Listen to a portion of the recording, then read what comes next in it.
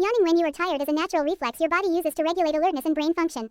When you become sleepy, your breathing slows and less oxygen may circulate, so a yawn brings in a deep breath of fresh air.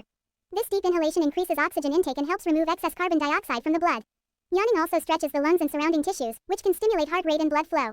Scientists believe this helps the brain stay awake a little longer when you are struggling to remain alert. Another important theory is that yawning cools the brain, acting like a built-in temperature control system. A cooler brain works more efficiently, so yawning may sharpen thinking for a short time. Fatigue causes certain brain chemicals related to sleep to build up, triggering the urge to yawn. Yawning is also linked to circadian rhythms, which control when you feel sleepy or awake during the day.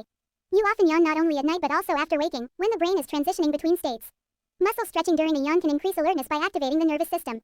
Tiredness lowers stimulation in the brain, and yawning may act as a quick reset signal. Interestingly, yawning is contagious, meaning seeing or hearing someone yawn can trigger your own. This social aspect may be connected to empathy and group alertness in humans. Overall, yawning when tired is your body's clever way of fighting sleep and maintaining brain performance for